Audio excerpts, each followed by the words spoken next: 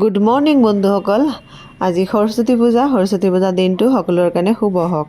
ৰাতিপুৱাই গা পা ধুই কৰি আগতে পাকঘৰত আহিলোঁ।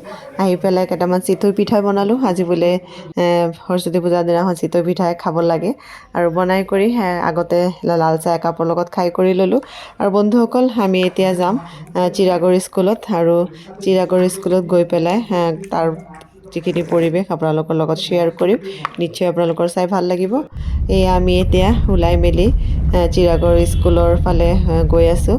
আৰু বন্ধুসকল, আজি গৈ পেলাই আজি চিৰাগড় স্কুলৰ সৰস্বতী পূজাৰ লগতে আজি স্কুলৰ প্ৰতিষ্ঠা দিৱসো আছে। আৰু উপলক্ষে তাত অলপ সৰু সুৰা চেলিব্ৰেশ্যনো কৰিব। আৰু বন্ধুসকল, এয়া পূজা ভাগ এবাৰ আপোনালোকক দেখুৱাই দিছোঁ।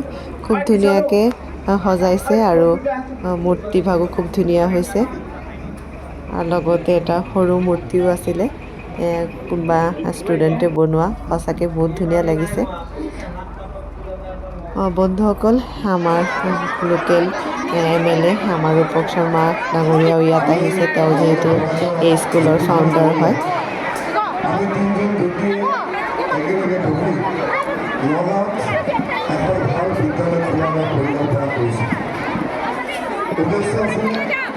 বন্ধুসকল, তাৰ পৰিৱেশটো এবাৰ আপোনালোকক দেখুৱাই দিছোঁ।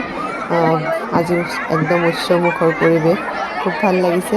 আৰু চিৰাগে ইয়াতে সৰস্বতী বন্দনা গাইছিলে। আৰু বন্ধুসকল, এতিয়া প্ৰসাদ খাই কৰি লওঁ।